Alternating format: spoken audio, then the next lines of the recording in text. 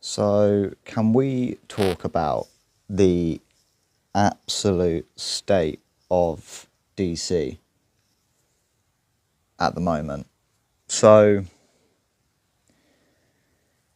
this year we've got Supergirl and Clayface coming out.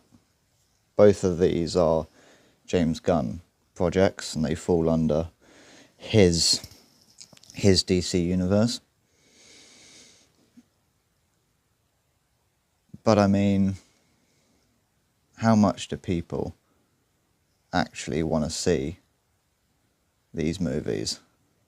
Because it doesn't look like at the moment that a lot of people care about seeing Supergirl or Clayface this year. So I don't know. I don't know really. I mean, we all know at this point that James Gunn's Superman did not perform to the level that DC wanted it to, and also really needed it to. They really needed that to be $1 billion movie, really, as it was supposed to kick off, well, has kicked off a whole brand new cinematic universe. They really needed that to be a $1 billion movie, you know, and they didn't get that. But anyway, the two next James Gunn DC Universe movies are going to be Supergirl and Clayface. As Warner Brothers looks ahead to 2026, two DC projects from James Gunn are already being treated as red flags inside the industry, Supergirl and Clayface. Warner Brothers' expectations for Supergirl and Clayface appear notably muted, as both DC films made Puck News' list of red flags for Warner Brothers in 2026, with Supergirl even cited as lower budget. As Matthew Belloni writes in Puck News, the studio's 2026 success won't be measured by how either DC film performs at the box office. Warner's upcoming year will be defined not by whether Supergirl or Clayface do either 300 million or 500 million, but if Fennel, Cruz, Maggie Gyllenhaal, or even Denis Villeneuve can deliver something that breaks through. Also hope Mike and Pam. So we're gonna have Supergirl in June 26th this year. And it's apparently going to be a lower budget project. And obviously we've got Millie Alcock starring as Supergirl. And then we've got Clayface in September 11th for Clayface. That's an unfortunate release date. And that's going to be an R-rated horror movie, apparently. Which I think is probably the only thing really going for it, is that it's sort of going to be interesting. You know, it's going to break away from the typical superhero formula. And it sounds like it's definitely going to be a lot different from Superman and Supergirl in terms of its tone and style and themes and stuff. If they are going full on horror though, I mean, they might chicken out. They might chicken out of making it full on horror. I mean, they sort of did that with that X-Men movie that came out a few years ago. That was sort of a horror-esque what was that? What was that called? That was X-Men. X-Men New Mutants. That sort of went in the horror direction. So maybe with Clayface they'll go full on horror, and if they do that, it could be interesting because it will be a lot different from all the other James Gunn movies. So that could end up being interesting. So Warner Brothers doesn't view Supergirl or Clayface as priority films. Baloney's framing is telling. Instead of positioning Supergirl or Clayface as major tentpoles, Puck suggests they're essentially filler, lower budget stake bets that won't define the studio's year one way or the other. In short, they don't matter. That's not how studios talk about movies they believe in. No, it's definitely not. It's definitely not. It's almost like they're putting these movies out for the fucking sake of it. They're putting these movies out because they have a slate that they need to fill up, because they've got shareholders that they have to please. I mean, I might be wrong. I might be totally wrong, but they're not putting a lot of faith into their own movies, not hyping up their own movies, which you'd think would be the opposite of how a studio would act when they've got movies coming out. If Warner Brothers truly thought Supergirl was a breakout hit or a cornerstone of the DCU, it would be central to the 2026 narrative. Instead, it's treated as background noise. That skepticism lines up with everything else surrounding Supergirl so far, which includes heavy backlash to the trailer, poor test screening chatter, weak international interest, especially in China, and further comparisons to Gunn's Superman, which underperformed overseas. Now Puck is essentially confirming what many fans already suspect. Warner Brothers isn't counting on this movie to move the needle. And in my opinion, I think the movie, unless of course it's an unexpected hit, which could always happen. There's always movies that you think are going to bomb horrifically and then they end up becoming unexpected hits. That happens a lot, to be fair. So it could end up being an unexpected hit. But realistically, I think it's going to be just a very average, mediocre, lukewarm superhero movie. It's going to have no impact. It's not going to do anything for the DCU. It's not going to raise the DCU's stock. It's not going to raise James Gunn's stock. I think it will do probably... it will do less than Superman. I'm not sure how much less than Superman. I reckon it will do 400, 500 million, I reckon.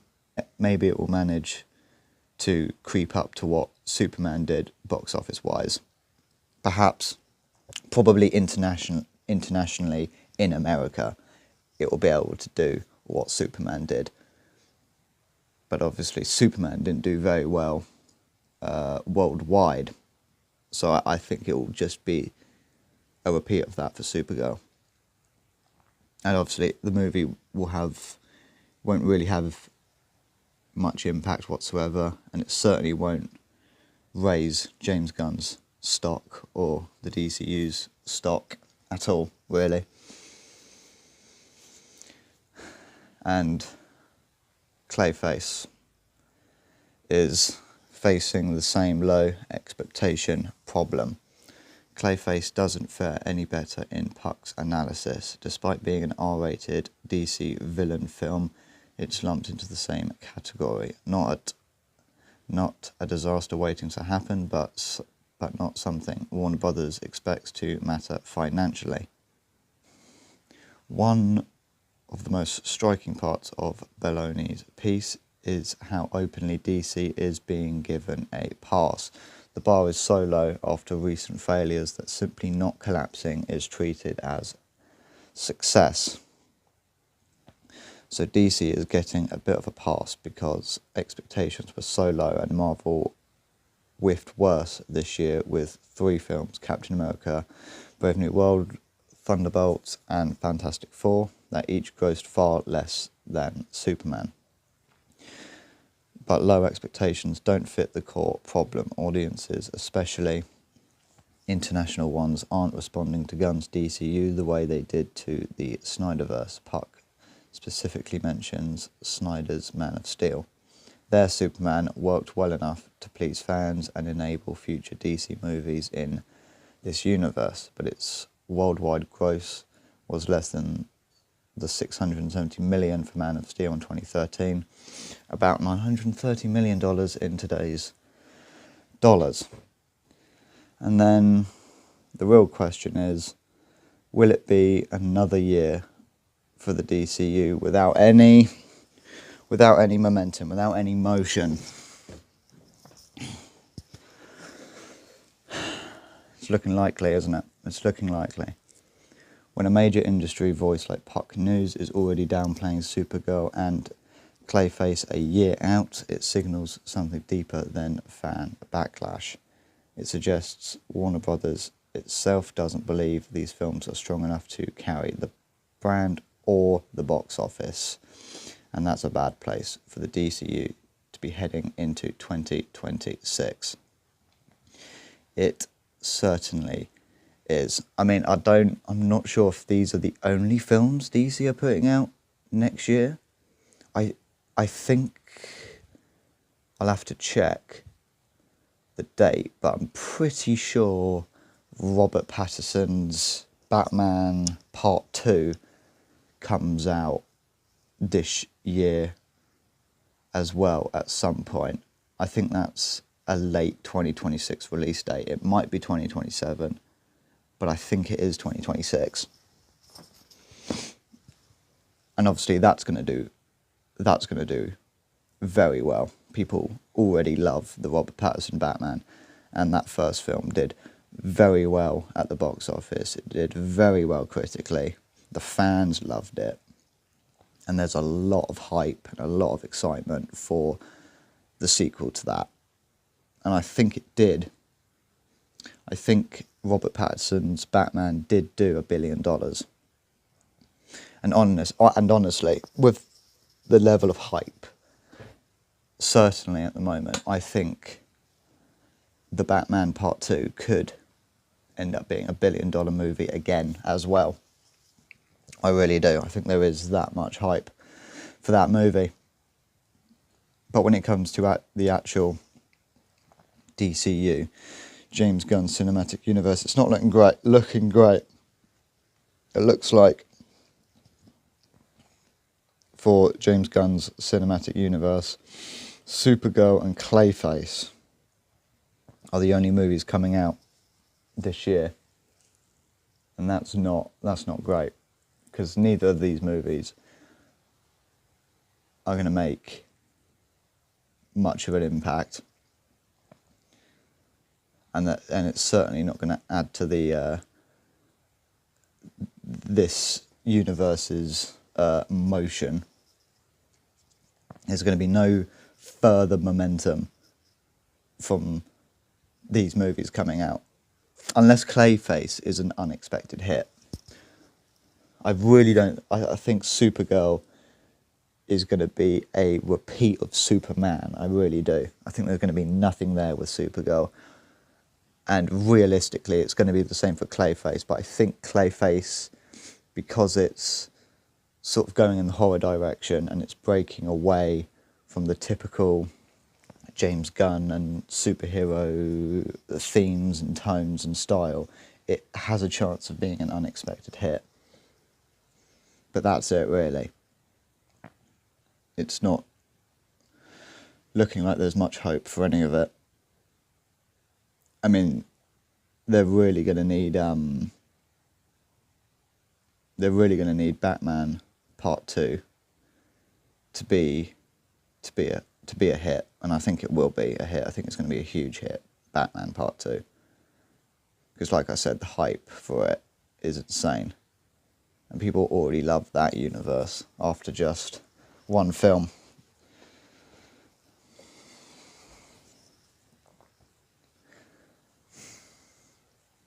And I mean, DC could have... I mean, DC just... They fucked it with the Joker. They had a great sort of little contained, self-contained universe with Joker. And they had a dedicated audience. And then they completely fucked it up with Joker 2, which I've only seen once. I went to the cinema to watch Joker 2 when it came out. I think I went opening week, actually. I think I went opening week. And that's the only time I've seen it. I do not need to see Joker 2 again. If none of you have seen Joker 2, spare your souls, spare your sanity, and don't fucking watch it. If you possess any resemblance of sanity, do not ruin it by watching Joker 2. But, yeah. So that's what we've got on Supergirl and Clayface at the moment. I mean, when it comes to DC, I'm looking forward really only to the next Robert Pattinson Batman film. Don't much care about Supergirl, and I don't much care about Clayface unless it starts looking more interesting. So, yeah. That's all I wanted to cover, so see you later.